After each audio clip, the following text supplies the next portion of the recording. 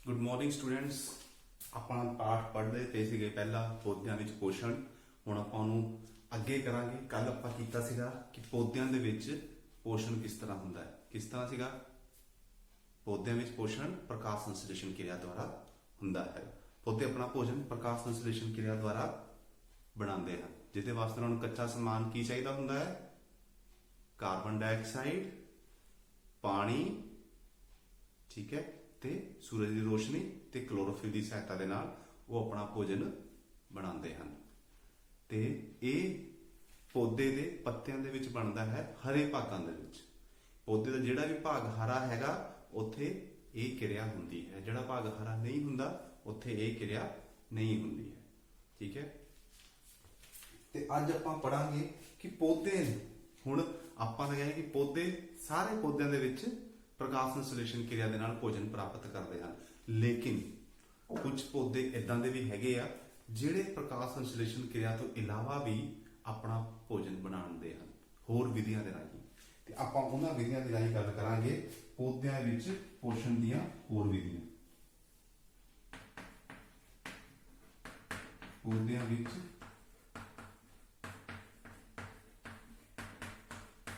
ਪੋਸ਼ਣ ਦੀਆਂ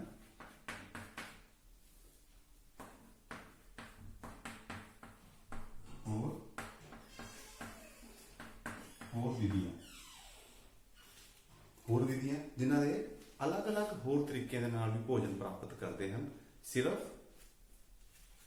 ਪ੍ਰਕਾਸ਼ ਸੰਸਲੇਸ਼ਨ ਕਿਰਿਆ ਦੇ ਨਾਲ ਨਹੀਂ। ਇਹਦੇ ਵਿੱਚ ਸਭ ਤੋਂ ਪਹਿਲੇ ਹੈਗੀ ਹੈ ਪਰਜੀਵੀ। ਪਰਜੀਵੀ, ਹੁਣ ਪਰਜੀਵੀ ਕੀ ਹੈ ਬੱਚਿਓ? ਤੁਸੀਂ ਜ਼ਿਆਦਾਤਰ ਦੇਖਿਆ ਹੋਣਾ ਕਈ ਇਦਾਂ ਦੇ ਪੌਦੇ ਜਿਹੜੇ ਦੂਸਰੇ ਪੌਦਿਆਂ ਤੇ ਉੱਗੇ ਹੁੰਦੇ ਨੇ। ਕਈ ਬੇਲਾਂ ਨੇ, ਕਈ ਬੇਲਾਂ ਤੁਸੀਂ ਧਿਆਨ ਨਾਲ ਦੇਖੀਆਂ ਹੋਣੀਆਂ ਪਿੰਡਾਂ ਦੇ ਪੇੜਾਂ ਦੇ ਉੱਤੇ, ਵੱਡੇ ਵੱਡੇ ਪੇੜਾਂ ਦੇ ਉੱਤੇ ਇਰਦ ਗਿਰਦ ਉਹਨਾਂ ਨੇ ਚੰਗਾ ਲਪੇਟਾ ਲਗਾਇਆ ਹੁੰਦਾ ਨੇ। ਉਹ ਹਰੀਆਂ ਹੁੰਦੀਆਂ ਨੇ ਤੇ ਜਿਹੜਾ ਪੌਦੇ ਤੇ ਲੱਗੀਆਂ ਹੁੰਦੀਆਂ ਨੇ ਉਹ ਵਿਚਾਰਾ ਪੌਦਾ ਸੁੱਕ ਜਾਂਦਾ ਹੈ। ਇਦਾਂ ਦੀਆਂ ਪੌਦੇ ਉਹ ਕੀ ਕਰਦੇ ਨੇ? ਉਹ ਪਰਜੀਵੀ ਪੌਦੇ, ਉਹ ਦੂਸਰੇ ਪੌਦਿਆਂ ਦੇ ਉੱਤੇ ਆਸ਼ਰਿਤ ਨੇ। ਹੁਣ ਪਰਜੀਵੀ ਮਤਲਬ ਪੈਰਾਸਾਈਟ ਵੀ ਆਪਾਂ ਕਹਿ ਦਿੰਦੇ ਆ। ਇਦਾਂ ਦੇ ਜੀਵ ਜਿਹੜੇ ਆਪਣੇ ਭੋਜਨ ਦੇ ਲਈ ਟੋਟਲੀ ਦੂਸਰੇ ਜੀਵਾਂ ਉੱਤੇ ਨਿਰਭਰ ਕਰਦੇ ਨੇ, ਆਪਾਂ ਉਹਨਾਂ ਨੂੰ ਪਰਜੀਵੀ ਕਹਿੰਦੇ ਆ। ਆਪਾਂ ਇੱਕ ਕੱਲ ਪੜਿਆ ਸੀਗਾ ਪਰਪੋਸ਼ੀ ਸੀਗੇ ਜੰਤੂ ਜਿਹੜੇ ਆਪਣੇ ਭੋਜਨ ਲਈ ਦੂਸਰੇ ਜੀਵਾਂ ਦੇ ਉੱਤੇ ਨਿਰਭਰ ਕਰਦੇ ਨੇ। ਪਰ ਆ ਇੱਕ ਇਦਾਂ ਦੇ ਜੀਵ ਨੇ ਪਰਜੀਵੀ ਜਿਹੜੇ ਦੂਸਰੇ ਹੀ ਜੀਵਾਂ ਦੇ ਉੱਤੇ ਨਿਰਭਰ ਕਰਦੇ ਨੇ ਤੇ ਉਹਨਾਂ ਤੋਂ ਭੋਜਨ ਲੈਂਦੇ ਨੇ ਤੇ ਉਹਨਾਂ ਦਾ ਹੀ ਜੀਵਨ ਖਤਮ ਕਰ ਦਿੰਦੇ ਨੇ। ਇਦਾਂ ਦੇ ਜੀਵਾਂ ਨੂੰ ਆਪਾਂ ਪਰਜੀਵੀ ਕਹਿੰਦੇ ਆ। ਕਿ ਆਪਾਂ ਇੱਕ ਦੇਖਿਆ ਨਾ ਸਾਡੇ ਸਰੀਰ ਦੇ ਵਿੱਚ ਕੋਈ ਬਿਮਾਰੀ ਹੁੰਦੀ ਹੈ, ਪੈਰਾਸਾਈਟ ਚਲੇ ਗਿਆ, ਆਪਾਂ ਕਹਿੰਦੇ ਆ ਬੈਕਟੀਰੀਆ ਦਾ ਡਿਜ਼ੀਜ਼ ਆ। ਅੱਜ ਕੱਲ ਕਰੋਨਾ ਡਿਜ਼ੀਜ਼ ਚੱਲ ਰਿਹਾ ਬਹੁਤ ਜ਼ਿਆਦਾ, ਤੇ ਉਹਦੇ ਵਿੱਚ ਕੀ ਸੀਗਾ? ਹੈਗਾ ਪੈਰਾਸਾਈਟ, ਇੱਕ ਤਰ੍ਹਾਂ ਦਾ ਜਿਹਨੂੰ ਪਰਜੀਵੀ ਕਹਿੰਦੇ ਆ, ਵਾਇਰਸ। ਉਹ ਵੀ ਕੀ ਕਰਦੇ ਆ? ਜੀਵਾਂ ਸ਼ਰੀਰਾਂ ਜਾਂਦੇ ਨੇ, ਉਹਨਾਂ ਦਾ ਪੋਸ਼ਣ ਲੈਂਦੇ ਨੇ, ਆਪ ਜਿੰਦੇ ਰਹਿੰਦੇ ਨੇ ਤੇ ਜੀਵ ਨੂੰ ਮਾਰ ਦਿੰਦੇ ਨੇ। ਇਦਾਂ ਦੇ ਜਿਹੜੇ ਜੀਵ ਨੇ ਉਹਨਾਂ ਨੂੰ ਆਪਾਂ ਪਰਜੀਵੀ ਕਹਿੰਦੇ ਆ। ਇਦਾਂ ਦੇ ਪੌਦੇ ਹੈਗੇ ਨੇ ਬਹੁਤ ਸਾਰੇ ਜਿਹੜੇ ਦੂਸਰੇ ਪੌਦਿਆਂ ਤੇ ਜੀਵਿਤ ਰਹਿੰਦੇ ਨੇ ਤੇ ਉਹਨਾਂ ਨੂੰ ਖਤਮ ਕਰ ਦਿੰਦੇ ਨੇ। ਇਹਦੇ ਵਿੱਚ ਮੈਂ ਤੁਹਾਨੂੰ ਹੁਣੇ ਐਗਜ਼ਾਮਪਲ ਦਿੱਤੀ ਇੱਕ, ਨਹੀਂ ਕਈ ਬੱਚੇ ਨੇ ਦੇਖਿਆ ਹੋਣਾ, ਕਈਆਂ ਨੇ ਹਾਲ ਤੱਕ ਨਹੀਂ ਨੋਟ ਕੀਤਾ ਹੋਣਾ, ਤੇ ਜ਼ਰੂਰ ਆਪਣੇ ਆਲੇ ਦੁਆਲੇ ਪੇੜਾਂ ਉੱਤੇ ਨੋਟ ਕਰਿਓ ਜਿਨ੍ਹਾਂ ਦੇ ਉੱਤੇ ਇੱਕ ਬਹੁਤ ਵੱਡੀਆਂ ਬੇਲਾਂ ਜਿਹੜੀਆਂ ਨੇ ਉਹ ਲਿਪਟੀਆਂ ਹੁੰਦੀਆਂ ਨੇ। ਤੇ ਉਹ ਪੌਦਾ ਜਿਸ ਪੇੜ ਤੇ ਲਿਪਟੀਆਂ ਹੁੰਦੀਆਂ ਨੇ ਉਹ ਵੱਡਾ ਪੇੜ ਸੁੱਕ ਜਾਂਦਾ ਹੈ ਤੇ ਉਹ ਬੇਲ ਹਰੀ ਹੁੰਦੀ ਹੈ।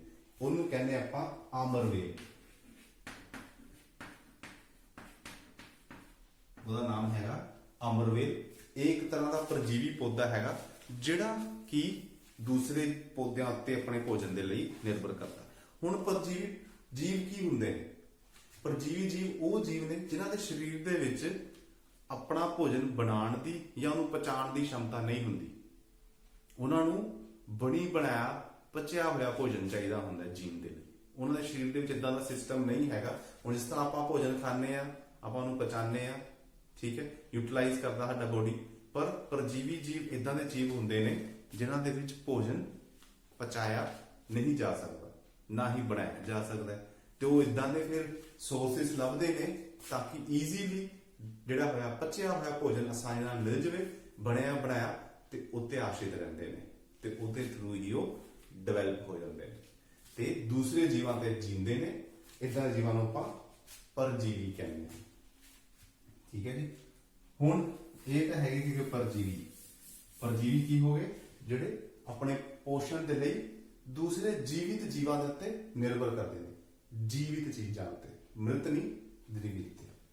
ਠੀਕ ਹੈ। ਹਮੇਸ਼ਾ ਪਰਜੀਵੀ ਜਿਹੜੇ ਵੀ ਹੈਗੇ ਨੇ ਜੀਵ, ਇਹ ਹਮੇਸ਼ਾ ਕਿਸੇ ਜੀਵਿਤ ਜੀਵ ਦੇ ਵਿੱਚ ਹੀ ਪਾਏ ਜਾਂਦੇ ਨੇ, ਮ੍ਰਿਤ ਦੇ ਉੱਤੇ ਨਹੀਂ।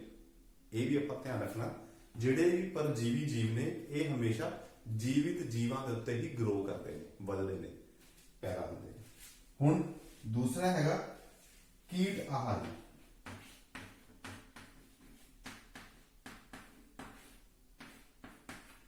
ਕੀਟ ਆਹਾਰੀ ਇਹਨਾਂ ਨੂੰ ਕਹਿੰਦੇ ਆਪਾਂ ਇਨਸੈਕਟੀਵੋਰਸ। ਕੀਟ ਆਹਾਰੀ ਪੌਦੇ।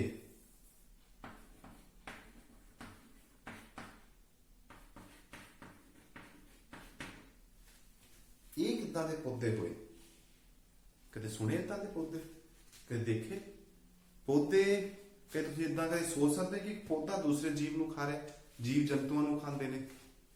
ਫਿਲਮਾਂ, ਕਾਰਟੂਨ ਚ ਇਦਾਂ ਦੀ ਡਰਾਵਣੀ ਫਿਲਮਾਂ ਤਾਂ ਆਪਾਂ ਕਾਫੀ ਦੇਖਿਆ ਹੋਣਾ ਕਿ ਪੌਦਾ ਕਿਸੇ ਦੂਸਰੇ ਜੀਵ ਨੂੰ, ਇਨਸਾਨਾਂ ਉੱਤੇ ਹਮਲਾ ਕਰਦੇ ਨੇ। ਪਰ ਕਦੇ ਆਪਾਂ ਇਹ ਸੋਚਿਆ ਕਿ ਪੌਦੇ ਦੂਸਰੇ ਜੀਵਾਂ ਨੂੰ ਖਾਂਦੇ ਨੇ? ਕਈ ਇਦਾਂ ਦੇ ਪੌਦੇ ਨੇ ਜਿਹੜੇ ਕਿ ਆਪਣੇ ਪੋਸ਼ਣ ਨੂੰ ਪੂਰਾ ਕਰਨ ਲਈ ਦੂਸਰੇ ਜੀਵਾਂ ਨੂੰ ਖਾਂਦੇ ਨੇ, ਜੰਤੂਆਂ ਨੂੰ ਖਾਂਦੇ ਨੇ, ਕੀੜਿਆਂ ਨੂੰ ਖਾਂਦੇ ਨੇ, ਛੋਟੇ ਛੋਟੇ ਜੀਵਾਂ ਨੂੰ ਖਾ ਜਾਂਦੇ ਨੇ। ਇਦਾਂ ਦੇ ਜੀਵਾਂ ਨੂੰ ਆਪਾਂ ਕਹਿੰਦੇ ਹਾਂ ਕੀਟਹਾਰੀ। ਹੁਣ ਕੀਟਹਾਰੀ ਇਦਾਂ ਦੇ ਪੌਦੇ ਤਾਂ ਆਪਾਂ ਸੁਣਿਆ ਕਿ ਪ੍ਰਕਾਸ਼ ਸੰਸਲੇਸ਼ਣ ਦੀ ਕਿਰਿਆ ਦੇ ਨਾਲ ਆਪਣਾ ਭੋਜਨ ਆਪ ਬਣਾ ਲੈਂਦੇ ਨੇ। ਇਹ ਵੀ ਪੌਦੇ ਉਹੀ ਨੇ, ਇਹਨਾਂ ਦੇ ਪੌਦਿਆਂ ਦੇ ਵਿੱਚ ਵੀ ਪ੍ਰਕਾਸ਼ ਸੰਸਲੇਸ਼ਣ ਕਿਰਿਆ ਚੱਲਦੀ ਹੈ, ਪਰ ਕੁਝ ਪੋਸ਼ਣ ਦੀ ਕਮੀਆਂ ਰਹਿ ਜਾਂਦੀਆਂ ਨੇ ਜਿਸ ਨੂੰ ਪੂਰਾ ਕਰਨ ਦੇ ਲਈ ਇਹ ਦੂਸਰੇ ਜੰਤੂਆਂ ਨੂੰ ਖਾਂਦੇ ਨੇ। ਕੀੜੇ ਮਕੌੜੇ, ਛੋਟੇ ਜੀਵ ਜਿਹੜੇ ਉਹਨਾਂ ਨੂੰ ਖਾ ਜਾਂਦੇ ਨੇ ਆਪਣੇ ਪੋਸ਼ਣ ਨੂੰ ਪੂਰਾ ਕਰਨ ਲਈ। ਇਹਨਾਂ ਨੂੰ ਇਦਾਂ ਦੀ ਕੀ ਜ਼ਰੂਰਤ ਪੈ ਜਾਂਦੀ ਹੈ ਕਿ ਇਹ ਦੂਸਰੇ ਜੀਵਾਂ ਨੂੰ ਖਾਣ ਲੱਗ ਪੈਂਦੇ ਨੇ। ਹੁਣ ਪੋਸ਼ਣ ਦੀ ਤੱਤਾਂ ਦੀ ਲੋੜ ਤਾਂ ਸਾਰਿਆਂ ਨੂੰ ਹੈ। ਹਰ ਜੀਵ ਨੂੰ ਆਪਣੇ ਜੀਵਨ ਨੂੰ ਸੁਤੰਤਰਤਾ ਪੂਰਵਕ ਸਹੀ ਤਰੀਕੇ ਨਾਲ ਜੀਣ ਲਈ ਸਾਰੇ ਪੋਸ਼ਕ ਤੱਤਾਂ ਦੀ ਲੋੜ ਹੁੰਦੀ ਨੇ।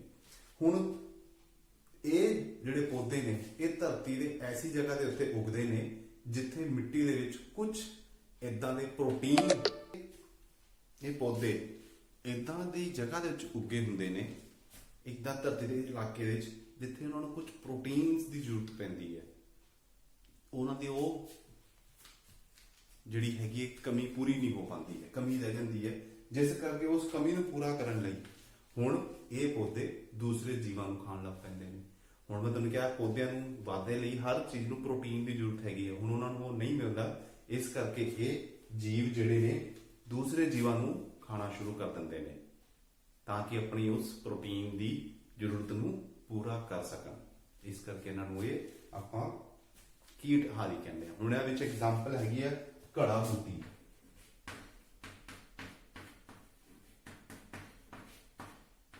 ਘੜਾ ਬੂਟੀ ਇੱਕ ਇਦਾਂ ਦਾ ਪੌਦਾ ਹੈਗਾ ਜਿਹਦੇ ਪੱਤੇ ਜਿਹੜੇ ਨੇ ਉਹ ਘੜੇ ਵਰਗੇ ਹੋ ਜਾਂਦੇ ਨੇ। ਤੁਹਾਡੀ ਬੁੱਕ ਦੇ ਵਿੱਚ ਇਹਦੀ ਇੱਕ ਫੋਟੋ ਵੀ ਦਿੱਤੀ ਹੋਈ ਹੈਗੀ ਹੈ, ਤੁਸੀਂ ਦੇਖ ਸਕਦੇ ਹੋ।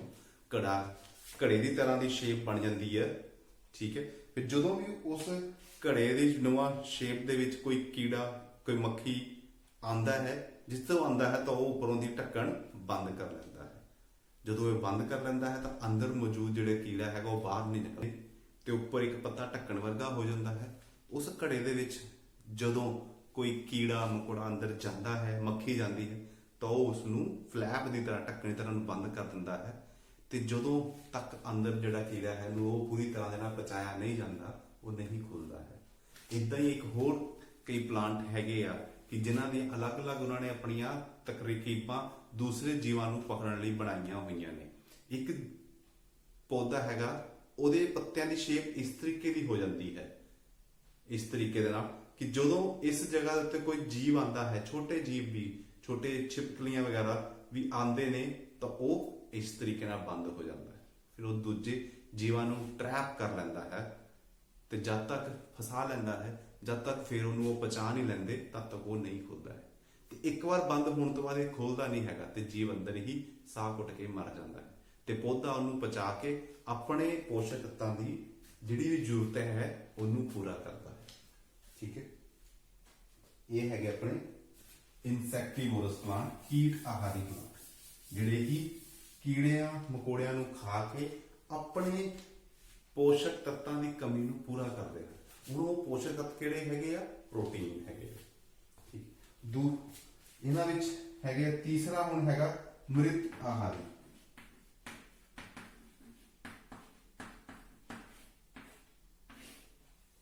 ਮ੍ਰਿਤ ਆਹਾਰੀ ਜਿਹਨੂੰ ਆਪਾਂ ਕਹਿੰਦੇ ਨੇ ਸੈਪਰੋਫਾਈਟਸ।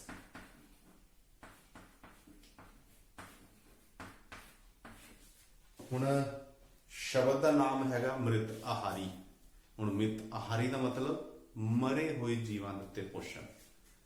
ਮਰੇ ਹੋਏ ਜੀਵਾਂ ਦੇ ਉੱਤੇ ਜਿਹੜੇ ਜੀਵ ਦੂਸਰੇ ਮਰੇ ਹੋਏ ਜੀਵਾਂ ਦੇ ਉੱਤੇ ਤੋਂ ਆਪਣਾ ਪੋਸ਼ਣ ਪ੍ਰਾਪਤ ਕਰਦੇ ਨੇ, ਇਸ ਤਰ੍ਹਾਂ ਦੇ ਜੀਵਾਂ ਨੂੰ ਆਪਾਂ ਮ੍ਰਿਤ ਆਹਾਰੀ ਕਹਿੰਦੇ ਆ। ਤੁਸੀਂ ਆਪਣੀ ਡੇਲੀ ਲਾਈਫ ਦੇ ਵਿੱਚ ਬੱਚਿਓ ਦੇਖਿਆ ਹੋਣਾ, ਜਦੋਂ ਤੱਕ ਜਿੱਥੇ ਇੱਕ ਪੁਰਾਣਾ ਬਰਸਾਤਾਂ ਦੇ ਦੌਰਾਨ ਪੁਰਾਣਾ ਪੇੜ ਗਿਰਿਆ ਹੋਇਆ ਹੈ, ਉਹਦੇ ਉੱਤੇ ਖੁੰਬਾਂ ਨਿਕਲੀਆਂ ਹੁੰਦੀਆਂ ਨੇ।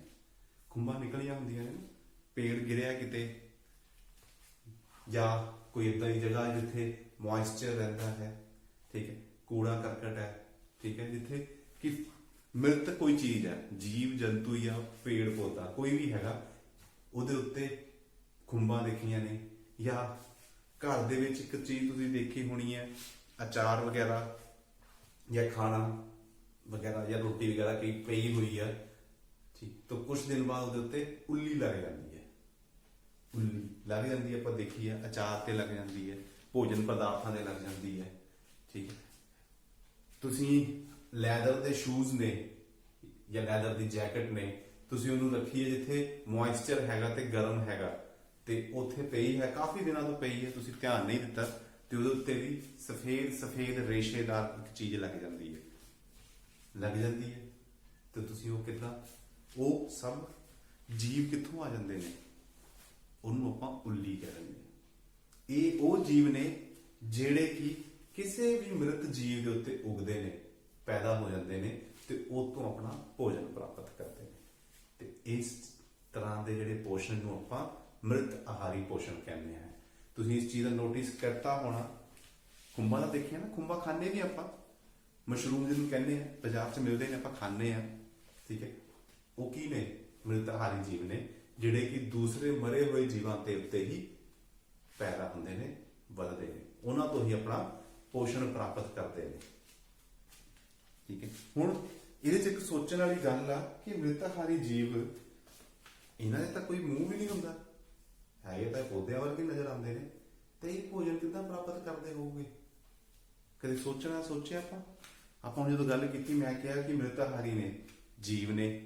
ਹੁਣ ਪੌਦੇ ਤਾਂ ਹਰੇ ਹੁੰਦੇ ਨੇ, ਹਰੇ ਪੌਦੇ ਨੇ ਜਿਹੜੇ ਪ੍ਰਕਾਸ਼ ਸੰਸਲੇਸ਼ਨ ਦੀ ਕਿਰਿਆ ਦੇ ਨਾਲ ਭੋਜਨ ਪ੍ਰਾਪਤ ਕਰਦੇ ਨੇ। ਇਹ ਪੌਦੇ ਨਹੀਂ ਹੈਗੇ, ਪੌਦਿਆਂ ਨੂੰ ਆਪਾਂ ਕਹਿੰਦੇ ਆ ਜਿਹੜੇ ਜੀਵ ਆਪਣਾ ਭੋਜਨ ਆਪ ਬਣਾਉਂਦੇ ਨੇ, ਇਹ ਪੌਦੇ ਨੇ। ਇਹ ਮ੍ਰਿਤ ਆਹਾਰੀ ਜੀਵ ਨੇ, ਜਿਨ੍ਹਾਂ ਨੂੰ ਆਪਾਂ ਫੰਗਸ ਕਹਿੰਦੇ ਆ, ਉੱਲੀ ਕਹਿੰਦੇ ਆ। ਇਹ ਕੀ, ਇਹਨਾਂ ਵਿੱਚ ਕੀ ਹੁੰਦੇ ਨੇ? ਇਹ ਰੇਸ਼ੇ, ਇਹਨਾਂ ਦਾ ਜੀਵਾਂ ਦਾ ਸਟਰਕਚਰ, ਸੈਲ ਸਟਰਕਚਰ ਕਿਦਾਂ ਦਾ? ਰੇਸ਼ੇਦਾਰ, ਧਾਗਿਆਂ ਵਰਗਾ ਹੁੰਦਾ ਹੈ। ਇਹ ਧਾਗਿਆਂ ਦੇ ਰੂਪ ਦੇ ਨਾਲ ਮਰੇ ਹੋਏ ਦਾ ਜੀਵ ਹੈਗਾ। ਹੁਣ ਜਿਹੜਾ ਜੀਵ ਹੈ ਮਰਿਆ ਹੋਇਆ ਹੈ, ਲੇਕਿਨ ਉਹ ਇੱਕ ਤਰ੍ਹਾਂ ਦਾ, ਉਹਦੇ ਵਿੱਚ ਪੌਸ਼ਟਿਕ ਤੱਤ ਤਾਂ ਹੈਗੇ ਹੀ ਮੌਜੂਦ। ਇਹ ਉਸ ਪੌਸ਼ਟਿਕ ਤੱਤ ਨੂੰ ਆਪਣੇ ਜਿਹੜੇ ਸੈੱਲ, ਇਹਨਾਂ ਦੇ ਜਿਹੜੇ ਸੈੱਲ ਹੁੰਦੇ ਨੇ, ਸਰੀਰ ਬਣ ਤੱਕ ਰੇਸ਼ਿਆਂ ਵਰਗੀ ਹੁੰਦੀ ਹੈ। ਤੁਸੀਂ ਘਰ ਦੇ ਵਿੱਚ ਉੱਲੀ ਲੱਗੀ ਸਫੇਦ ਕੋਟਨ ਵਰਗੀ ਹੈ, ਰੂਈ ਵਰਗੀ ਹੁੰਦੀ ਹੈਗੀ, ਉਹਦੇ ਵਿੱਚ ਰੇਸ਼ੇ ਹੁੰਦੇ ਨੇ, ਤੇ ਇਹ ਰੇਸ਼ਿਆਂ ਦੇ ਦੁਆਰਾ ਉਸ ਭੋਜਨ ਨੂੰ, ਜਿਹੜੇ ਹੈਗੇ ਅੰਮ੍ਰਿਤ ਜੀਵ ਹੈਗਾ, ਉਹਦੇ ਜਿਹੜੇ ਪੌਸ਼ਟਿਕ ਤੱਤ ਸਰੀਰ ਦੇ ਵਿੱਚ ਜਿਹੜੇ ਪੌਸ਼ਟਿਕ ਤੱਤ ਮੌਜੂਦ ਨੇ, ਉਹਨਾਂ ਨੂੰ ਪਚਾ ਕੇ, ਡਿਜ਼ੋਲਵ ਕਰਕੇ ਤਰਲ ਅਵਸਥਾ ਦੇ ਵਿੱਚ ਉਸ ਨੂੰ ਅਬਜ਼ੌਰਬ ਕਰਦੇ ਨੇ। ਠੀਕ ਹੈ ਜੀ, ਪੌਦੇ ਦਾ ਆਪਣਾ ਭੋਜਨ ਪ੍ਰਕਾਸ਼ ਸੰਸਲੇਸ਼ਨ ਦੀ ਕਿਰਿਆ ਨਾਲ ਤਿਆਰ ਕਰਦੇ ਨੇ। ਇਹ ਆਪਣਾ ਭੋਜਨ ਤਿਆਰ ਨਹੀਂ ਕਰਦੇ, ਇਹ ਮਰੇ ਹੋਏ ਜੀਵਾਂ ਦੇ ਉੱਤੇ ਗਰੋ ਕਰਦੇ ਨੇ, ਪੈਦਾ ਹੁੰਦੇ ਨੇ, ਤੇ ਉਸ ਮਰੇ ਹੋਏ ਜੀਵ ਦੇ ਵਿੱਚੋਂ ਸਰੀਰ ਤੇ ਤਰਲ ਅਵਸਥਾ ਦੇ ਵਿੱਚ ਭੋਜਨ ਨੂੰ ਅਬਜ਼ੌਰਬ, ਸੋਖਦੇ ਨੇ। ਠੀਕ ਹੈ, ਇਸ ਕਰਕੇ ਇਹਨਾਂ ਨੂੰ, ਇਹ ਹਮੇਸ਼ਾ ਮ੍ਰਿਤ ਜੀਵਾਂ ਦੇ ਉੱਤੇ ਹੀ, ਕੋਈ ਵੀ ਪਦਾਰਥ ਜਿਹੜਾ ਹੈ ਜੈਵਿਕ ਪਦਾਰਥ ਆ ਇਹ ਉੱਤੇ ਹੀ ਕਰਦੇ, ਉਹਦੇ ਤੇ ਹੀ ਗਰੋ ਕਰਦੇ ਨੇ। ਇਸ ਜੈਵਿਕ ਪਦਾਰਥਾਂ ਦੀ ਮੈਂ ਤੁਹਾਨੂੰ ਪਹਿਲਾਂ ਐਗਜ਼ਾਮਪਲ ਦਿੱਤੀਆਂ ਹੀ ਨੇ ਕਿ ਘਰਾਂ ਦੇ ਵਿੱਚ ਰੋਟੀ ਦੇ ਉੱਤੇ, ਬ੍ਰੈਡ ਦੇ ਉੱਤੇ, ਅਚਾਰ ਦੇ ਉੱਤੇ, ਚਮੜੇ ਦੀਆਂ ਵਸਤੂਆਂ ਉੱਤੇ, ਜਾਂ ਫਿਰ ਕੋਈ ਪੇੜ ਗਿਰਿਆ ਹੈਗਾ, ਠੀਕ ਹੈ, ਫਸਲਾਂ ਜਿਹੜੀਆਂ ਹੈਗੀਆਂ, ਸੁੱਕੇ ਪੱਤੇ ਜਿੱਥੇ ਇਕੱਠੇ ਹੈਗੇ ਆ ਉੱਥੇ ਗਰੋ ਕਰ ਜਾਂਦੇ ਨੇ ਤਾਂ ਕਿ ਆਪਣਾ ਭੋਜਨ ਨੂੰ ਤਾਂ ਤੋਂ ਪ੍ਰਾਪਤ ਕਰ ਲੈਂਦੇ ਨੇ। ਇਹਨਾਂ ਨੂੰ ਆਪਾਂ ਮ੍ਰਿਤ ਆਹਾਰੀ ਕਹਿੰਦੇ ਆ। ਇਹਦੇ ਵਿੱਚ ਤੁਸੀਂ ਇੱਕ ਕਿਰਿਆ ਕਰ ਸਕਦੇ ਹੋ, ਇੱਕ ਆਪਾਂ ਕਹਿ ਸਕਦੇ ਹਾਂ, ਤੁਸੀਂ ਇਹ ਕਿਰਿਆ ਕਰ ਲਓ ਕਿ ਤੁਸੀਂ ਇਹਦੇ ਵਿੱਚ ਇੱਕ ਦੇਖਦੇ ਹੋ ਕਿ ਫੰਗਸ ਕਿੱਦਾਂ ਲੱਗੇ, ਉਗਲੀ ਗਰੋ ਕਿੱਦਾਂ ਕਰਦੀ ਹੈ। ਜੇ ਹਾਲੇ ਤੱਕ ਆਪਾਂ ਚੀਜ਼ ਨਹੀਂ ਕੀਤੀ, ਤੁਸੀਂ ਸਾਰੇ ਬੱਚਿਆਂ ਨੇ ਕਰਨਾ, ਆਪਣੇ ਘਰ ਦੇ ਵਿੱਚ ਇੱਕ ਰੋਟੀ ਨੂੰ ਲੈ ਕੇ ਉਹਨੂੰ ਇੱਕ ਸਿੱਲੀ ਦੀ ਜਗ੍ਹਾ ਤੇ ਰੱਖ ਦੇਣਾ। ਸਿੱਲੀ ਮਤਲਬ ਜਿੱਥੇ ਸਲਾਬਾ ਹੋਵੇ, ਜਾਂ ਤੁਸੀਂ ਘਰ ਦੇ ਵਿੱਚ ਇੱਕ ਇੱਟ ਲੈਣੀ, ਇੱਟ ਦੇ ਉੱਤੇ ਰੋਟੀ ਰੱਖ ਦੇਣੀ ਤੇ ਇੱਟ ਨੂੰ ਕਿਤੇ ਐਸੀ ਜਗ੍ਹਾ ਤੇ ਰੱਖ ਦੇਣਾ ਜਿੱਥੇ ਉਹਨੂੰ ਲਗਾਤਾਰ ਪਾਣੀ ਮਿਲਦਾ ਰਹੇ, ਠੀਕ ਹੈ। ਲਗਾਤਾਰ ਉਹਨੂੰ ਹਲਕਾ ਥੋੜਾ ਥੋੜਾ, ਜ਼ਿਆਦਾ ਪਾਣੀ ਨਹੀਂ, ਹਲਕਾ ਹਲਕਾ ਥੋੜਾ ਥੋੜਾ ਮੋਇਸਚਰ ਜਿਹੜਾ ਹੈਗਾ ਉਹਨੂੰ ਮਿਲਦਾ ਰਹੇ। ਤੁਸੀਂ ਉਹਨੂੰ ਕੁਝ ਦਿਨਾਂ ਤੱਕ ਰੱਖ ਦੇਣਾ ਤੇ ਜਗ੍ਹਾ ਇਦਾਂ ਦੀ ਹੋਵੇ ਜਿਹੜੇ ਨਰਮ ਗਰਮ ਵੀ ਹੋਵੇ, ਠੰਡੀ ਨਾ ਹੋਵੇ, ਠੰਡੇ ਨਹੀਂ ਗਰਮ ਹੋਵੇ ਥੋੜੀ ਜੀ। ਅੱਜ ਕੱਲ੍ਹ ਦਾ ਮੌਸਮ ਗਰਮ ਹੋ ਹੀ ਗਿਆ ਹੈਗਾ, ਤੇ ਗਰਮ ਹੋਵੇ ਤੇ ਨਮੀ ਹੋਵੇ, ਤੇ ਕੁਝ ਦਿਨਾਂ ਬਾਅਦ ਤੁਹਾਡੇ ਉਹਦੇ ਉੱਤੇ ਜਿਹੜੀ ਹੈਗੀ ਉਹ ਫੰਗਸ ਲੱਗ ਜਾਏਗੀ। ਉਹਦੇ ਉੱਤੇ ਰੇਸ਼ੇਦਾਰ ਰੂਈ ਵਰਗੀਆਂ ਸਫੇਦ ਕਾਲੇ ਰੰਗ ਦਾ, ਉਹਦੇ ਉੱਤੇ ਹਰੇ ਰੰਗ ਦਾ ਵੀ ਹੋ ਸਕਦਾ ਫੈਲ ਜਾਏਗਾ, ਜਾਲ ਜਿਹਾ, ਤੇ ਉਹ ਜਿਹੜੀ ਹੈਗੀ ਹੈ ਉਹ ਉੱਲੀ ਹੈਗੀ ਹੈ। ਤੁਸੀਂ ਉਸ ਉੱਲੀ ਨੂੰ ਜੇ ਤੇ ਵੱਡਦਰਸ਼ੀ ਲੈਂਸ ਹੁੰਦਾ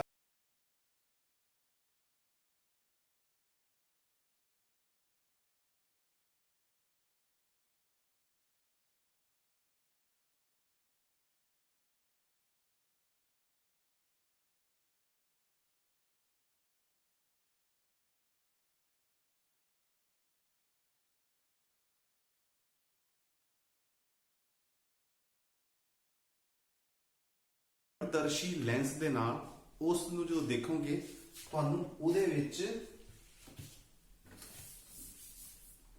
ਇਸ ਤਰੀਕੇ ਦੇ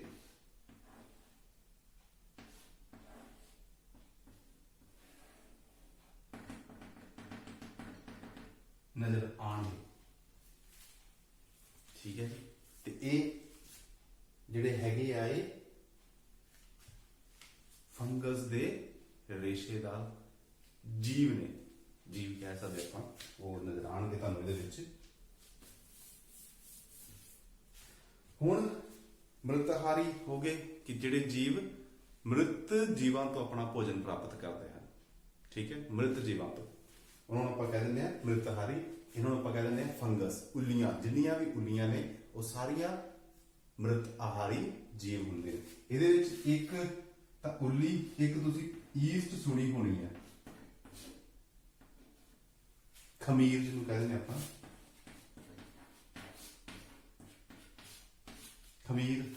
ਖਮੀਰ ਦੀ ਵਰਤੋਂ ਕੀਤੀ ਜਾਂਦੀ ਸਾਡੇ ਘਰਾਂ ਦੇ ਵਿੱਚ ਨਾਰਮਲ, ਆਪਾਂ ਆਮ ਤੌਰ ਤੇ ਕਰਦੇ ਹਾਂ। ਇੱਕ ਖਮੀਰ ਮ੍ਰਿਤਹਾਰੀ ਹੈ, ਇੱਕ ਖੁੰਬਾ ਅਸੀਂ ਘਰਾਂ ਦੇ ਵਿੱਚ ਆਮ ਤੌਰ ਤੇ ਆਪਣੇ ਭੋਜਨ ਦੇ ਲਈ ਵਰਤਦੇ ਹਾਂ। ਖੁੰਬਾ ਜਿਹੜੀਆਂ ਆਪਾਂ ਮਸ਼ਰੂਮਸ ਨੇ ਜਿਹੜੇ ਲੈ ਕੇ ਆਉਂਦੇ ਆ, ਇਹ ਖਾਣ ਵਾਲੀ ਉੱਲੀਆਂ ਨੇ। ਸਾਰੀਆਂ ਉੱਲੀਆਂ ਖਾਣ ਲਈ ਨਹੀਂ ਹੁੰਦੀਆਂ, ਕੁਛ ਇੱਕ ਉੱਲੀਆਂ ਨੇ ਜਿਹੜੀਆਂ ਕਿ ਆਪਾਂ ਖਾ ਸਕਦੇ ਹਾਂ। ਉਹਨਾਂ ਵਿੱਚ ਇੱਕ ਖੁੰਬਾਂ ਨੇ ਜਿਹੜੀਆਂ ਆਪਾਂ ਘਰਾਂ ਵਿੱਚ ਵਰਤਦੇ ਹਾਂ।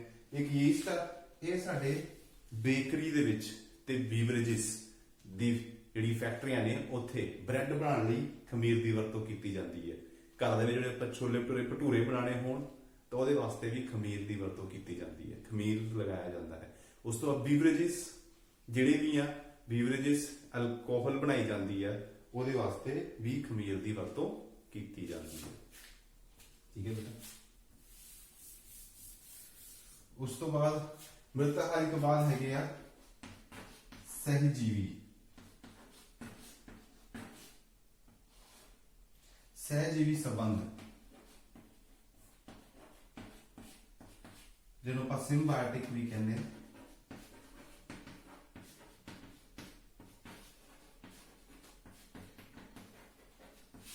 ਠੀਕ ਹੈ, ਇਹ ਜੀਵਾਂ ਦਾ ਸੰਬੰਧ ਆਪਸ ਦੇ ਸਹਿਜੀਵਿਤਾ। ਹੁਣ ਕੁਝ ਜੀਵ ਕੀ ਹੁੰਦੇ ਨੇ, ਉਹ ਆਪਣਾ ਭੋਜਨ ਆਪ ਨਹੀਂ ਬਣਾ ਸਕਦੇ। ਠੀਕ ਹੈ, ਹੁਣ ਇੱਕ ਦੋ ਜੀਵ ਨੇ, ਇੱਕ ਜੀਵ ਹੈਗਾ ਹੁਣ ਆਪਣਾ ਭੋਜਨ ਆਪ ਬਣਾਉਣ ਲਈ ਦੋ ਸ਼ਰਤਾਂ ਨੇ। ਇੱਕ ਤਾਂ ਸ਼ਰਤ ਹੈਗੀ ਹੈ ਧਰਤੀ ਤੋਂ ਪਾਣੀ ਸੋਖਣਾ ਹੈ, ਦੂਜੀ ਸ਼ਰਤ ਹੈ ਸੂਰਜ ਦੀ ਰੋਸ਼ਨੀ ਸੋਖਣੀ ਹੈ। ਠੀਕ ਹੈ, ਤੇ ਨਾਲੇ ਹਵਾ ਤੋਂ ਆਕਸੀਜਨ ਲੈਣੀ ਹੈ। ਹੁਣ ਹੁਣ ਸਾਡੇ ਕੋਲ ਦੋ ਜੀਵ ਇਦਾਂ ਦੇ ਹੋਣ ਕਿ ਇੱਕ ਜੀਵ ਹੋਵੇ ਕਹੇ ਕਿ ਮੈਂ ਧਰਤੀ ਤੋਂ ਪਾਣੀ ਸੋਖ ਸਕਦਾ, ਤੇ ਦੂਜਾ ਹੋਵੇ ਮੈਂ ਧਰਤੀ ਤੋਂ ਪਾਣੀ ਨਹੀਂ ਸੋਖ ਸਕਦਾ ਪਰ ਮੈਂ ਸੂਰਜ ਦੀ ਰੋਸ਼ਨੀ ਨੂੰ ਸੋਖ ਸਕਦਾ, ਕਾਰਬਨ ਡਾਈਆਕਸਾਈਡ ਸੋਖ ਸਕਦਾ ਵਾ। ਤੇ ਇਦਾਂ ਦੇ ਸਾਡੇ ਕੋਲ ਜੀਵ ਹੈਗੇ ਨੇ। ਉਹ ਕੀ ਕਰਦੇ, ਦੋ ਜੀਵ ਇਦਾਂ ਦੇ ਮਿਲ ਜਾਂਦੇ ਨੇ, ਜਿੱਦਾਂ ਕਿ ਹੁਣ ਫੰਗਸ ਆ, ਫੰਗਸ ਦੇ ਕੋਲ ਤੇ ਐਲਗੀ ਸਿੰਬਾਇਓਟਿਕ ਰਿਲੇਸ਼ਨ ਦੇ ਵਿੱਚ ਕੀ ਆਂਦਾ, ਇੱਕ ਹੈਗੀ ਫੰਗਸ ਜਿਹਨੂੰ ਆਪਾਂ ਕਹਿ ਦਿੰਦੇ ਆ ਉੱਲੀ, ਤੇ ਦੂਜੀ ਹੈਗੀ ਹੈ ਐਲਗੀ ਜਿਹਨੂੰ ਆਪਾਂ ਕਾਈ ਕਹਿ ਦਿੰਦੇ ਆ। ਇਹ ਦੋ ਜੀਵ ਨੇ। ਉੱਲੀ ਕੈਪੇਬਲ ਹੈਗੀ ਆ, ਉਹਦੇ ਸਰੀਰ ਜਿਹੜਾ ਹੈਗਾ ਰੇਸ਼ੇਦਾਰ ਹੁੰਦਾ, ਉਹ ਧਰਤੀ ਤੋਂ ਪਾਣੀ ਸੋਖ ਸਕਦੀ ਹੈ।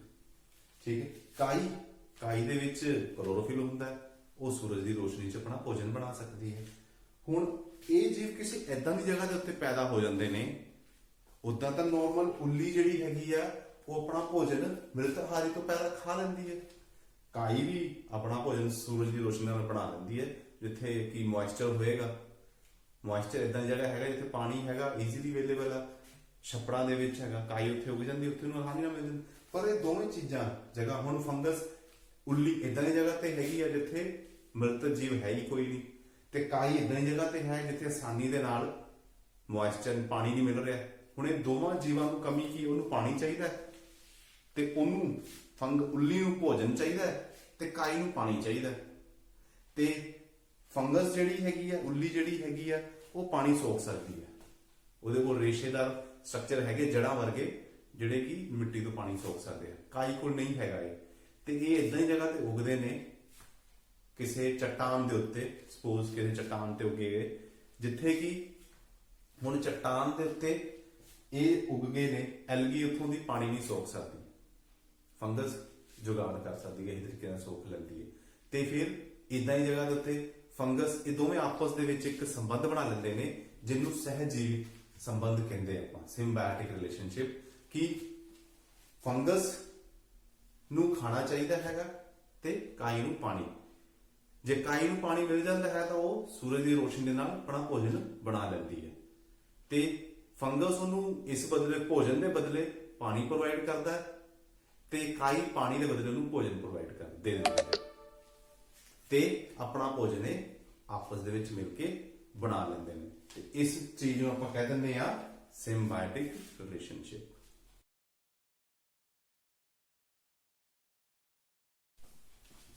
ਤੇ ਇਹ ਹੈਗੀ ਹੈ ਸਹਿਜੀਵਤਾ, ਜਿਹਨੂੰ ਆਪਾਂ ਕਹਿੰਦੇ ਆ ਸਹਿਜੀਵਿਕ ਸੰਬੰਧ, ਕਿ ਇੱਕ ਦੂਜੇ ਦੀ ਕਮੀਆਂ ਨੂੰ ਪੂਰਾ ਕਰਦੇ ਹੋਏ ਜ਼ਿੰਦਗੀ ਜੀਣੀ। ਠੀਕ ਹੈ, ਆਪਾਂ ਆਪਣੇ ਜੀਵਨ ਦੇ ਵਿੱਚ, ਇਹ ਵੀ ਜੀਵ ਹੈ, ਨੇਚਰ ਦੇ ਵਿੱਚ ਹੈਗਾ ਕਿ ਇੱਕ ਦੂਜੇ ਨੂੰ ਪੂਰਾ ਕਰ ਦਿੰਦੇ ਨੇ, ਤੇ ਇਦਾਂ ਦੇ ਸੰਬੰਧ ਨੂੰ ਆਪਾਂ ਕਹਿੰਦੇ ਆ। ਤੇ ਇਦਾਂ ਦੇ ਜੀਵਾਂ ਨੂੰ ਕਾਮਨ ਨਾਮ ਕਹਿ ਦਿੰਦੇ ਆ ਲਾਈਕਨਸ। ਇਹਨਾਂ ਨੂੰ ਕਹਿ ਦਿੰਦੇ ਆਪਾਂ ਲਾਈਕਨਸ ਕਹਿ ਦਿੰਦੇ ਆ। ਤੇ ਇਹ ਸੀਗੇ ਆਪਣੇ ਕੋਲ ਅਲੱਗ-ਅਲੱਗ ਤਰ੍ਹਾਂ ਦੀਆਂ ਵਿਧੀਆਂ ਨੇ, ਜਿਸ ਚ ਪੌਦੇ ਜਿਹੜੇ ਹੈਗੇ, ਪੌਦਿਆਂ ਤੋਂ ਇਲਾਵਾ ਪ੍ਰਕਾਸ਼ ਸੰਸ਼ਲੇਸ਼ਣ ਕਿਰਿਆ ਤੋਂ ਇਲਾਵਾ ਵੀ ਹੋਰ ਤਰੀਕੇ ਨਾਲ ਆਪਣਾ ਭੋਜਨ ਪ੍ਰਾਪਤ ਕਰਦੇ ਹਨ। ਹੁਣ ਇੱਕ ਚੀਜ਼ ਹੈ ਕਿ ਪੋਸ਼ਕ ਤੱਤ ਤਾਂ ਲਗਾਤਾਰ, ਹੁਣ ਪੌਦੇ ਵੀ ਧਰਤੀ ਤੋਂ ਲਗਾਤਾਰ ਪੋਸ਼ਕ ਤੱਤ ਲੈ ਰਹੇ ਨੇ, ਤੇ ਪੌਦਿਆਂ ਤੋਂ ਜੀਵ ਜੰਤੂ ਪੌਦਿਆਂ ਨੂੰ ਖਾ ਲੈਂਦੇ ਤੇ ਉਹਨਾਂ ਤੋਂ ਪੋਸ਼ਕ ਉਹਨਾਂ ਨੂੰ ਚਲਾ ਜਾਂਦਾ ਹੈ। ਪਰ ਧਰਤੀ ਦੇ ਵਿੱਚ ਪੋਸ਼ਕ ਤੱਤਾਂ ਦੀ ਪੂਰਤੀ ਕਿੱਦਾਂ ਹੁੰਦੀ ਹੈ? ਮਿੱਟੀ ਦੇ ਵਿੱਚ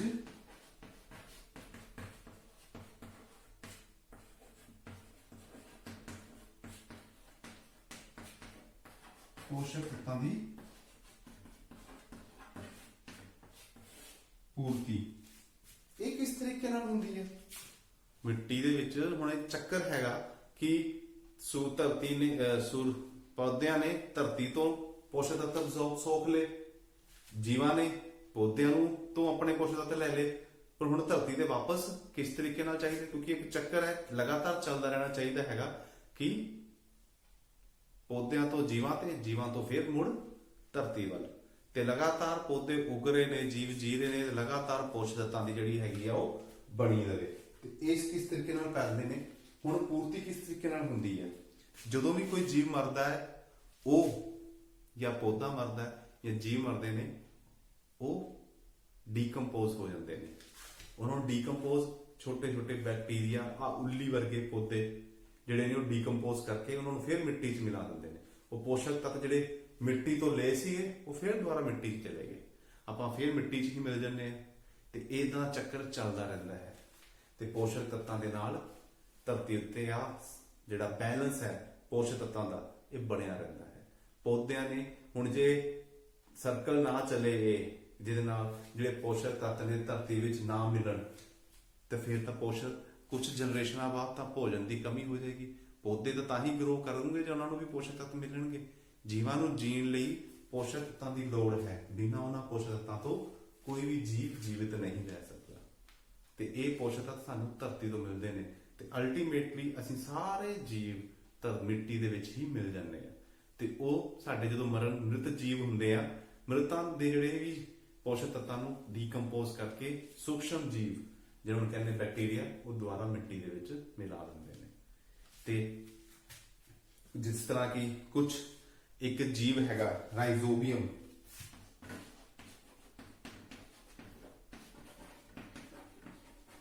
ਰਾਈਜ਼ੋਬੀਅਮ ਇੱਕ ਤਰ੍ਹਾਂ ਦਾ ਜੀਵ ਹੈਗਾ, ਬੈਕਟੀਰੀਆ ਹੈਗਾ। ਇਹ ਕੀ ਕਰਦਾ ਹੈਗਾ? ਧਰਤੀ ਦੇ ਵਿੱਚ ਨਾਈਟ੍ਰੋਜਨ ਦੀ ਜਿਹੜੀ ਹੈਗੀ ਆ ਘਾਟ ਨੂੰ ਪੂਰਾ ਕਰਨ ਦੇ ਵਿੱਚ ਮਦਦ ਕਰਦਾ। ਹੁਣ ਕਈ ਪੌਦਿਆਂ ਨੂੰ ਤਾਂ ਨਾਈਟ੍ਰੋਜਨ ਚਾਹੀਦਾ ਹੈ ਪ੍ਰੋਟੀਨ ਦੀ ਸੰਸਲੇਸ਼ਨ ਕਰਨ ਲਈ, ਉਹ ਪ੍ਰਕਾਸ਼ ਸੰਸਲੇਸ਼ਨ ਦੀ ਕਿਰਿਆ ਦੇ ਨਾਲ ਨਹੀਂ ਬਣਦਾ ਹੈ। ਉਹਦੇ ਵਾਸਤੇ ਹੁਣ ਕਾਰਬਨ, ਹਾਈਡਰੋਜਨ, ਆਕਸੀਜਨ ਤਾਂ ਉਹਦੇ ਕੋਲ ਹੁੰਦੀ ਹੈ, ਲੇਕਿਨ ਜਿਹੜੀ ਨਾਈਟ੍ਰੋਜਨ ਹੈ ਉਹਨੂੰ ਉਹ ਬਾਹਰੋਂ ਲੈਣੀ ਪੈਂਦੀ, ਸੋਖਣੀ ਪੈਂਦੀ ਹੈ। ਤੇ ਉਹ ਹੁਣ ਰਾਈਜ਼ੋਬੀਅਮ ਕੀ ਕਰਦਾ ਹੈਗਾ? ਇਹ ਵੀ ਸਹਿਜੀਵਤਾ ਦੇ ਤਰੀਕੇ ਦੇ ਨਾਲ ਜਿੰਦਾ ਹੈਗਾ। ਇਹ ਪੌਦਿਆਂ ਦੇ ਨਾਲ ਵਿੱਚ ਜਿਹੜੇ ਆਪਣੇ ਦਾਲਾਂ ਵਾਲੇ ਪੌਦੇ ਨੇ, ਜਿਹਨਾਂ ਦੇ ਦਾਲਾਂ ਉਗਦੀਆਂ ਨੇ, ਜਿਹੜੇ ਨੇ ਉਹਨਾਂ ਦੀ ਜੜ੍ਹਾਂ ਦੇ ਵਿੱਚ ਰਹਿੰਦਾ ਹੈ। ਉਹਨਾਂ ਦੇ ਤੋਂ ਇਹ ਭੋਜਨ ਪ੍ਰਾਪਤ ਕਰ ਲੈਂਦਾ ਹੈ ਤੇ ਭੋਜਨ ਦੇ ਰੂਪ ਦੇ ਵਿੱਚ ਦੇ ਪੌਦੇ ਨੂੰ ਭੋਜਨ ਦਿੰਦੇ ਨੇ ਤੇ ਭੋਜਨ ਦੇ ਰੂਪ ਦੇ ਵਿੱਚ ਇਹ ਵਾਪਸ ਜਿਹੜਾ ਹੈਗਾ ਏ ਉਹਨਾਂ ਨੂੰ ਨਾਈਟ੍ਰੋਜਨ ਪਦਾਰਥ ਵਾਪਸ ਕਰ ਦਿੰਦਾ ਹੈ ਤਾਂ ਕਿ ਉਹ ਆਪਣੇ ਪ੍ਰੋਟੀਨ ਬਣਾ ਸਕਣ। ਜੜ੍ਹਾਂ ਦੇ ਵਿੱਚ ਰਹਿੰਦਾ ਹੈਗਾ। ਇਹ ਜਿਹੜੀ ਐਟਮੋਸਫੇਰਿਕ ਜਿਹੜੀ ਆਪਣੇ ਵਾਤਾਵਰਣ ਦੇ ਵਿੱਚ ਨਾਈਟ੍ਰੋਜਨ ਹੈਗੀ ਹੈ, ਉਹਨੂੰ ਯੋਗਿਕਾਂ ਦੇ ਵਿੱਚ ਕਨਵਰਟ ਕਰਕੇ ਉਹ ਨਾਈਟ੍ਰੋਜਨ ਜਿਹੜੀ ਹੈਗੀ ਹੈ ਪੌਦੇ ਵਰਤ ਲੈਂਦੇ ਨੇ, ਉਹਨੂੰ ਪ੍ਰੋਟੀਨ ਬਣਾਉਣ ਦੇ ਵਿੱਚ ਮਦਦ ਕਰਦਾ ਹੈ। ਇਸੇ ਤਰ੍ਹਾਂ ਤੁਸੀਂ ਦੇਖਿਆ ਹੋਣਾ, ਜਦੋਂ ਇੱਕ ਵਾਰ ਕਿਸੇ ਕਿਸਾਨ ਨੇ ਪਹਿਲੇ ਦਾਲਾਂ ਦੀ ਫਸਲ ਉਗਾਈ ਹੈ, ਕਿਉਂਕਿ ਦਾਲਾਂ ਦੀ ਫਸਲ ਉਗੀ ਹੈ ਤਾਂ ਮਿੱਟੀ ਦੇ ਵਿੱਚ ਨਾਈਟ੍ਰੋਜਨ ਦੀ ਮਾਤਰਾ ਬਹੁਤ ਰਹੇਗੀ, ਠੀਕ ਹੈ। ਉਸ ਤੋਂ ਬਾਅਦ ਉਹਨੂੰ ਜਦੋਂ ਦਾਲਾਂ ਦੀ ਫਸਲ ਉਗਾਉਣ ਤੋਂ ਬਾਅਦ ਦੂਸਰੀ ਫਸਲ ਜਦੋਂ ਉਗਾਉਂਦਾ ਹੈ ਤਾਂ ਉਹਨੂੰ ਖਾਦ ਪਾਉਣ ਦੀ ਲੋੜ ਨਹੀਂ ਪੈਂਦੀ, ਕਿਉਂਕਿ ਆਪਾਂ ਖਾਦ ਸਿਰਫ ਫਸਲਾਂ ਵਿੱਚ ਇਸ ਕਰਕੇ ਪਾਉਂਦੇ ਆ ਤਾਂ ਕਿ ਮਿੱਟੀ ਦੇ ਵਿੱਚ ਪ੍ਰੋਟੀਨ ਦੀ ਜਿਹੜੀ ਕਮੀ ਹੈਗੀ ਹੈ, ਨਾਈਟ੍ਰੋਜਨ ਦੀ ਜਿਹੜੀ ਕਮੀ ਆ, ਉਹ ਨਾ ਪੌਦੇ ਨੂੰ ਹੋਵੇ। ਉਹਦੀ ਪੂਰਤੀ ਕਰਨ ਦੇ ਲਈ ਆਪਾਂ ਖਾਦਾਂ ਪਾਉਂਦੇ ਆ, ਠੀਕ ਹੈ ਜੀ। ਤੇ ਆਹ ਜਿਹੜੇ ਰਾਈਜ਼ੋਬੀਅਮ ਹੈ, ਇਹ ਲਗਾਤਾਰ ਜਿਹੜੇ ਹੈਗੇ ਆ ਧਰਤੀ ਦੇ ਵਿੱਚ, ਮਿੱਟੀ ਦੇ ਵਿੱਚ ਪੋਸ਼ਕ ਤੱਤਾਂ ਦੀ ਜਿਹੜੀ ਹੈਗੀ ਆ ਉਹ ਬਰਕਰਾਰ ਰੱਖਦਾ ਹੈ। ਵਿਦਿਆਰਥੀਓ, ਹੁਣ ਅੱਜ ਆਪਾਂ ਜੋ ਕੀਤਾ ਹੈਗਾ, ਆਪਾਂ ਨੂੰ ਇੱਕ ਵਾਰੀ ਰਿਵਾਈਜ਼ ਕਰ ਲੈਂਦੇ ਆ ਕਿ ਜੋ ਪੜ੍ਹਾਈ ਕੀਤੀ ਆਪਾਂ ਕੀ ਕੀਤਾ ਹੈਗਾ। ਅੱਜ ਆਪਾਂ ਕੀਤਾ ਸੀਗਾ ਪੌਦਿਆਂ ਵਿੱਚ ਪੋਸ਼ਣ ਦੀ ਵਿਧੀਆਂ।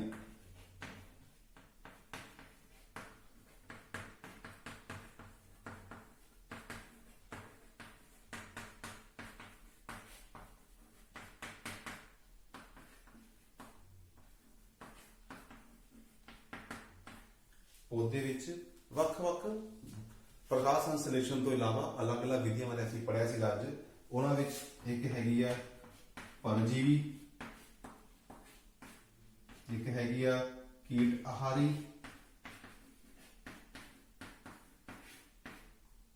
ਇੱਕ ਹੈਗੀ ਆ ਮ੍ਰਿਤ ਆਹਾਰੀ,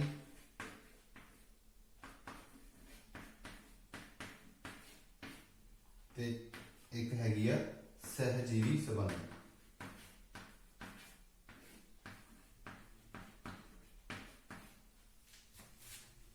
ਠੀਕ ਹੈ ਜੀ। ਪਰਜੀਵੀ ਕੀ ਸੀਗੇ?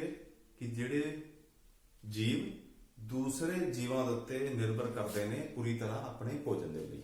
ਇਦਾਂ ਦੇ ਪੌਦੇ ਜਿਹੜੇ ਆਪਣੇ ਭੋਜਨ ਲਈ ਦੂਸਰੇ ਜੀਵਾਂ ਤੇ ਨਿਰਭਰ ਕਰਦੇ ਨੇ, ਆਪਾਂ ਉਹਨਾਂ ਨੂੰ ਕਹਿੰਦੇ ਆ ਪਰਜੀਵੀ।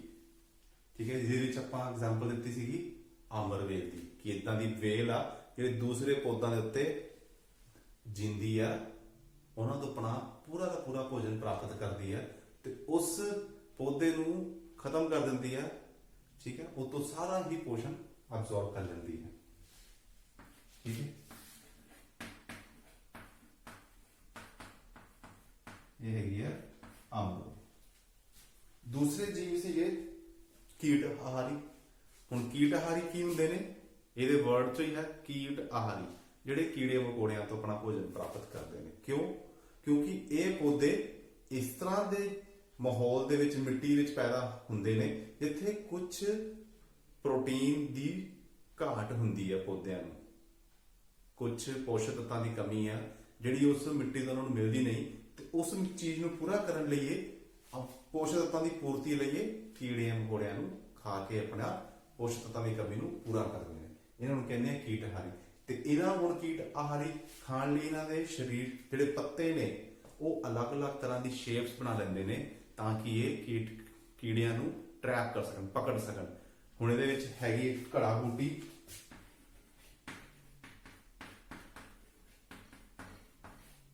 ਹੁਣ ਘੜਾ ਬੂਟੀ ਦਾ ਨਾਮ ਹੈਗਾ ਘੜਾ। ਇਹਦੇ ਪੱਤੇ ਨੇ ਉਹ ਘੜੇ ਵਰਗੇ ਬਣ ਜਾਂਦੇ ਨੇ ਤੇ ਇੱਕ ਉੱਪਰ ਪੱਤਾ ਢੱਕਣ ਵਰਗਾ ਹੋ ਜਾਂਦਾ ਹੈ ਕਿ ਜਦੋਂ ਵੀ ਘੜੇ ਦੇ ਅੰਦਰ ਕੋਈ ਕੀੜਾ ਮੱਖੀ ਅੰਦਰ ਜਾਂਦੀ ਹੈ ਤਾਂ ਇਹਨੂੰ ਬੰਦ ਕਰ ਲੈਂਦੇ ਨੇ। ਫਿਰ ਉਹ ਜਦ ਤੱਕ ਇਹ ਉਹਨੂੰ ਪਚਾ ਨਾ ਲੈਣ, ਉਹਦੇ ਸਾਰੇ ਤੱਤ ਸੋਖ ਨਾ ਲੈਣ, ਇਹ ਉਸ ਤੋਂ ਬਾਅਦ ਨਹੀਂ ਖੁੱਲਦਾ ਹੈ। ਇਦਾਂ ਹੀ ਕਈ ਇਦਾਂ ਦੇ ਪੌਦੇ ਨੇ ਜਿਨ੍ਹਾਂ ਦੇ ਉੱਤੇ ਉਹ ਗੂੰਦ ਵਰਗਾ ਪਦਾਰਥ ਛੱਡ ਦਿੰਦੇ ਨੇ। ਜਦੋਂ ਕੋਈ ਜੀਵ ਉੱਤੇ ਬੈਠ ਜਾਂਦਾ ਹੈ, ਕੀੜਾ ਮਕੌੜਾ, ਕੋਈ ਮੱਖੀ, ਉੱਥੇ ਚਿਪਕ ਜਾਂਦੇ ਨੇ। ਫਿਰ ਉਤੋਂ ਇਹ ਉਹਨੂੰ ਪਚਾ ਕੇ ਉਤੋਂ ਦੀ ਆਪਣੇ ਪੋਸ਼ਕ ਤੱਤ ਪ੍ਰਾਪਤ ਕਰ ਲੈਂਦੇ ਨੇ।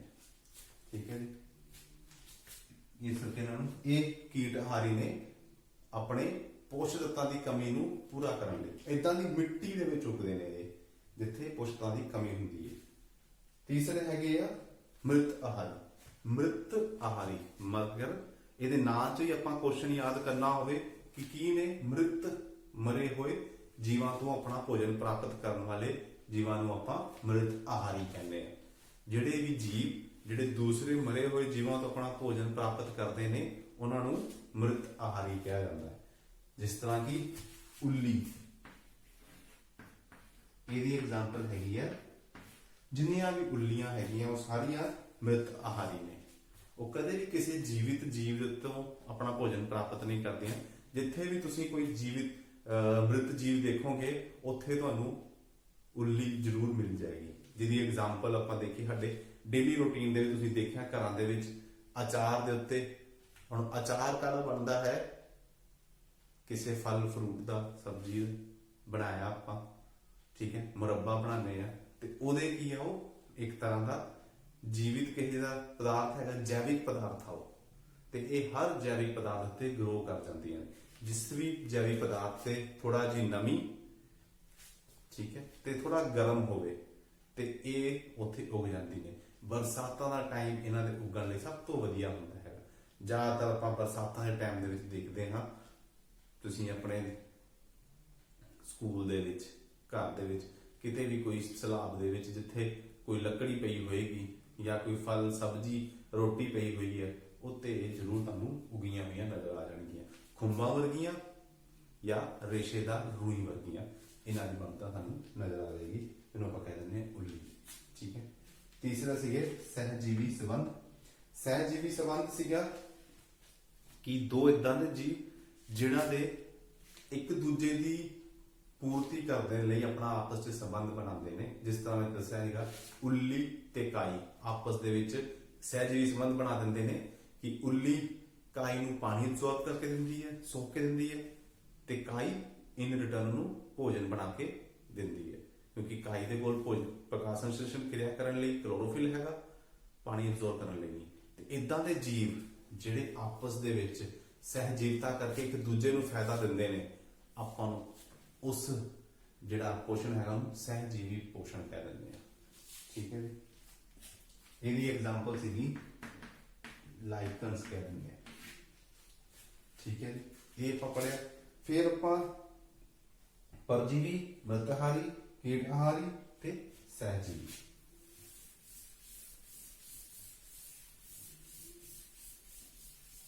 ਤੇ ਇੱਕ ਸੀਗਾ ਕਿ ਮਿੱਟੀ ਦੇ ਵਿੱਚ ਪੋਸ਼ਕ ਤੱਤਾਂ ਦੀ ਪੂਰਤੀ ਕਿਸ ਤਰੀਕੇ ਨਾਲ ਹੁੰਦੀ ਹੈ, ਕਿ ਮਿੱਟੀ ਦੇ ਵਿੱਚ ਪੋਸ਼ਕ ਤੱਤਾਂ ਦੀ ਪੂਰਤੀ ਹੋਣਾ ਵੀ ਲਗਾਤਾਰ ਬਹੁਤ ਜ਼ਰੂਰੀ ਹੈ।